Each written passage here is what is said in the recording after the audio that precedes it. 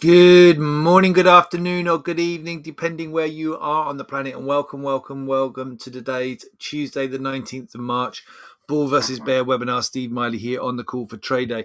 I'm going to rattle through this fairly quickly. Not a huge amount going on. We do have the Bank of Japan in play overnight, and we'll talk a bit about that. Not really impacting the markets we're looking at, but nevertheless important and some lessons to be learned from that. So we'll run through that and a quick run through the rest of the articles of what there are from the major news wires, looking at those macroeconomic, geopolitical, fundamental events that are influencing markets right now. So we'll start off. I'm trying to encourage you guys to start to use things around the site. So there's this whole news area on the three columns below you, the right hand column of the three, the live school briefing. So we have the US briefing in here as we're going into the US morning. So overnight, so this morning we've had ECB in here.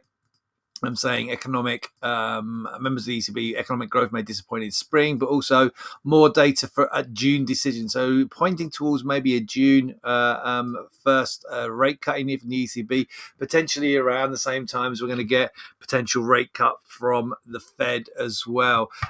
In German investor data in here, we'll take a look at that just shortly. Jumps to 2-year high on those rate cut hopes. That's the German ZEW investor outlook. So this is investors on hopes of lower interest rates in here, looser monetary policy, and then so the ZEW survey of German investors looking more positive in here. UK inflation head to 2.5-year low, adds the case for rate cuts as well. So, and then we had the Bank of Japan obviously making their move, ending a multi-year era of negative rates, or multi-decade era of negative rates that we've been in, both in Japan and elsewhere. In the Eurozone, Switzerland, we've had negative interest rates. Those zones coming out of negative rates, and now Japan joining those moving out of the era of negative interest rates. But with what we would class as, so when we you would have thought of a move from negative rates to back to zero, or is a hike. So they've hiked rates. So normally a hike we would see as being a hawkish move, but they've actually done what we would class as a dovish hike, which seems counterintuitive. But what they've done is they've hiked rates, but we have more of a dovish tone, even though they've hiked rates. So, hike is normally be associated with a more hawkish stance, but they've hiked rates and send a dovish message, which actually saw normally with an interest rate increase, you would normally expect, and the anticipation of that has seen the yen strengthening, right? So we've had rates rise from negative. And so more recently, the yen has been strengthening, and that's put negative pressures because a stronger currency is negative potentially for the stock index. The Nikkei has been under negative pressures because of the strength of the yen. However, what we actually saw today, even though they hiked rates from negative, hiking rates from negative, which is normally a hawkish move, but they sent a dovish signal to the market, a dovish statement, which we'll talk about and we'll look at shortly, which actually then saw the yen weaken, and actually the Nikkei went up on the back of that. So kind of a little bit of a counterintuitive in there, but it's because of the messaging was sort of with few clues on further hikes. That was what was critical. So we'll take a little bit of a look at that as we go through as well. So that's the kind of the lesson to be learned, right? It's not actually just the fact that the rate is moved, it's that what comes with it, right? So it'll certainly be what we're looking at when we come to eventually into probably the summer now, whether it's the June or July meeting or whatever it is, when the Fed actually cut rates. You could get a cut, which is like seen as dovish, but we might not get a dovish reaction. The actual messaging could be quite hawkish. Like they might say, well, we're cut and now we're waiting and see. And then the market's then, right, okay, we're not going to get another cut soon. So that's kind of what we would class as a hawkish cut. Japan, the Bank of Japan just delivered what is basically a dovish hike. So it sounds a bit counterintuitive. So you actually get the move goes in the opposite direction to what you would think. So it's just kind of a lesson to be learned of what we could see coming up. Then we could see the opposite of this. We've just had what we would class as a dovish hike from the Fed. At some point in the summer, we might get a hawkish cut. Okay, so it kind of sounds counterintuitive, but it's not. Okay, so taking a look, Japan, Bank of Japan, we've already spoken about that. We'll look at that a bit more. There's the German ZEW data that we mentioned here, better than expected. Coming up in here today, we do get Canadian data, CPI data. That could inform a little bit. It's obviously close trading partner, a big trading partner of the US, so could inform a little bit on US in here. So we probably need to keep an eye on that. But other than that, we've got hardly anything.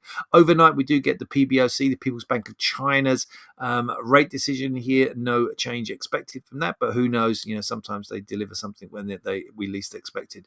So we're watching out for that tonight potentially as well. So 5 things to start your day out of Bloomberg in here. Basically, you're focusing on the Bank of Japan in here.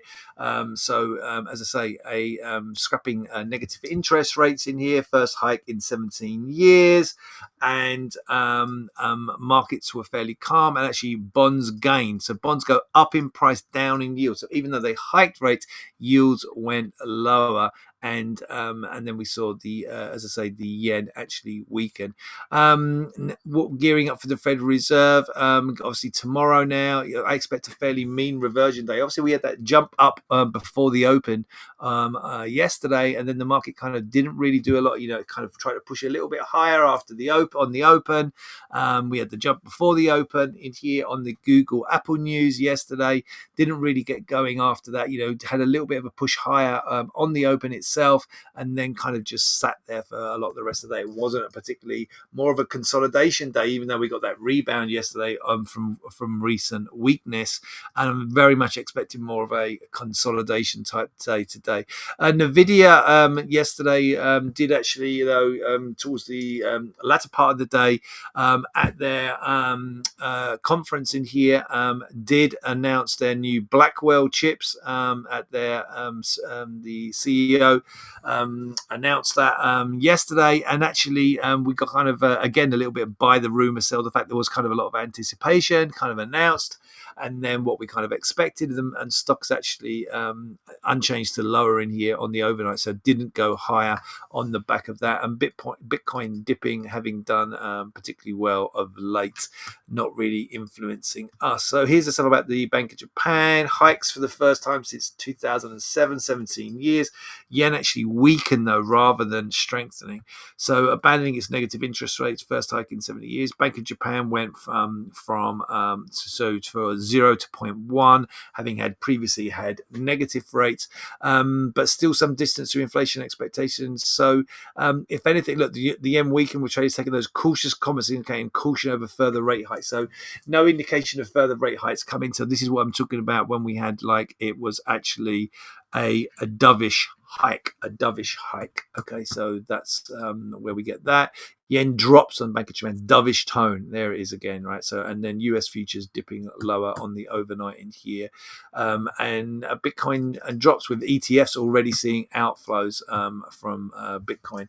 Bank of Japan ends history some more than less. So, okay, we've covered that. And again from Reuters, Bank of Japan scraps radical policy, makes first rate hike in 17 years, and then some more on Nvidia unveils successor of its all-conquering AI processor, the new Blackwell chips in here, but the market not reacting positively. Red hot Nvidia dips after it unveils AI chip out of Reuters, and on the overnight's futures, trading more slightly, consolidating. We were just slightly lower in here just earlier on, and if we have a look in here, Japan in this, so the Nikkei actually rallied even though they hiked rates.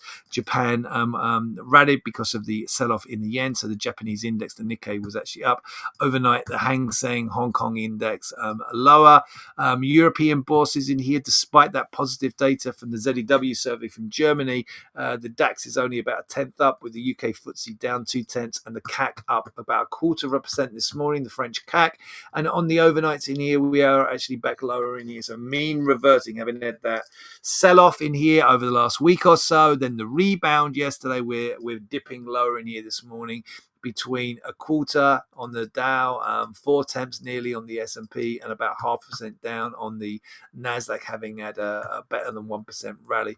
Market's still going for a June or July rate cut in here from the Fed. Still a 40% chance that we don't get a 41% chance we don't get a rate cut in June, but pretty much saying we will get one by July. So June, July still, and we're going to get some kind of indication of how many tomorrow. Remember we said about the dot plot chart. We'll talk a little bit about that again tomorrow. We spoke about it yesterday. The dot plot chart potentially moving from the anticipation at the moment of 3 cuts this year. Talking about the Bank of Japan hiking, 3 cuts this year. Now the anticipation potentially of only 2, maybe only 2 cuts this year. And we'll see if we get a shift in the dot plot chart where that median forecast is. Yields are still saying higher. We did go still higher in yields. That's lower in bond prices. The 10-year here right up on the intraday, right close to the intraday peak that we put in here back in late December around 435. So there is risk we could still see yields pushing higher. Probably not going to see a breakthrough there, I should imagine, before the Fed tomorrow. But if we do get a breakthrough there, we'll probably put downward pressures on the equity indices. And so you're watching at the support levels in here. We've got the various markets in here. So you can see here the 10-year actually on price has broken down below the low price from February. So even though we haven't broken above the high yield on the bond futures price, we're down through there. The 30-year not quite there yet. But remember, we looked at this, the 5-year and the 2-year already through. So the 5 and 2-year already breaking through, 10-year broken through last night, and then the 30-year sitting there. So all of this is pointing to still lower prices, higher yields, which should be negative for stocks. Remember yesterday, over the weekend, we did shift the Nasdaq, look to more negative, having had that topping pattern signaled last Friday. Then we got the rebound yesterday, but obviously we're back lower in here today. So that's reinforcing this potential topping pattern. We're not going to get it confirmed either way. And the S&P is still hanging on to its support, so holding on in here with that rebound yesterday. And despite the dip today, we're kind of in a range environment, although albeit in this uptrend. I do think there is risk post-Fed. If the Fed do give us a signal on the dot plot chart that for only 2 cuts this year, I think the market will take that as disappointing, and we could see a sell-off in stock indices. So that's going to be important. And then if it does, then we know we've already got the topping pattern signaled here on the Nasdaq. We could get a reinforcement of that, and then you could get the confirmation of the topping pattern here on the S&P, particularly if it not only signals the top through these more recent supports, which we'll look at shortly, but also the trend lines. If you take those out, then this would all look a lot more negative. But I don't think we're going to get that decision in here. We're not going to get a break either. I don't think we'll see a break of either new highs or breaking down below the lows until post-Fed. And if we have a quick look in here, I'll start with the ES in here on the June. So yeah, I don't think we're going to break down, these 2 lows in here. So the low from last week, which was down at 67 3/4, and then this spike low in here at 57. I don't think we'll break these lows until the Fed, and then equally I don't think we'll even go above yesterday's high before the Fed either. So mean reversion is the game in here at the moment. You see the market's flirting with this 13-period EMA at the moment, right? We went down below it on Friday, rebounded back above it yesterday, and now flirting again with it. The market wants to make a signal, right? It's either going to break up or down in here. We're in this consolidation holding pattern. The acceleration of this up move has slowed, as you can see, not only since back here really from 23rd of February, since we had this last impulsive move up. Even though we've made new highs, they've been very, very gradual. So it's been a grinding move higher, and the market is now waiting for Fed. So I don't see much happening today. We've already dipped back in. Don't see us breaking down through that 51.67 3/4 low, and then equally on the Nasdaq in here, although we've had the significant setback, don't see us taking out Friday's low. That's down at just above 18,000, so 18,625. Don't see that going today. So looking for us probably to be contained. Maybe go and challenge the bottom of yesterday's, challenge yesterday's lows, but don't see us challenging Friday's lows. So the market's just waiting to make a decision. It'd be very odd for it to make a decision pre the Federal Reserve announcement. I think it's going to be much more of a consolidation day, we've already dipped back into that range, as I say. So looking for us to just be in a bit of a chop in here over the next 24 hours ahead of the Fed, right? So the risk is obviously slightly to the downside. Here's the Nasdaq. You do have like this almost double-headed. It's like a double-headed head and shoulders top, like shoulder, head, and then another shoulder over here, right? So and so the pressure is to the downside, but I don't see us taking out this low from Friday into today. And then equally on the S&P, here's the 30-minute on the S&P.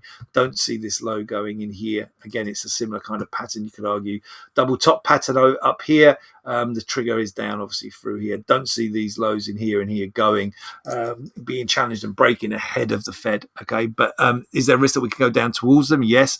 Do I see them breaking pre-Fed? No. So there you go. Not much more to say in here, guys. So I'm going to wrap it up there. Remember, tomorrow I will put a note in here. Tomorrow we're going to start 30 minutes later than this webinar. Okay, so whatever time you're seeing in your time zone, because I know you guys are all over the place in here. We've got traders in Asia, in Europe. 30 minutes, not 13 minutes, 30 minutes late start tomorrow. Yeah. So not 13, not 1330. So I will put that in this chat where you're just typing now, Jim, Stefano, and anyone else who's listening live. If you're listening on the catch up in here, you won't get it till 30 minutes later if you're watching the recording. So I will put the times in when we will be. I'll put the Central, Eastern, and GMT times in here so you know what time it is tomorrow. But 30 minutes later than it normally starts, 30 minutes later. All right, guys, I'm going to wrap it up. I'm going to wish you all a great trading day. Take care, stay safe, and I'll be back with you 30 minutes later for the pre-Fed webinar, Bull versus Bear webinar tomorrow. Bye.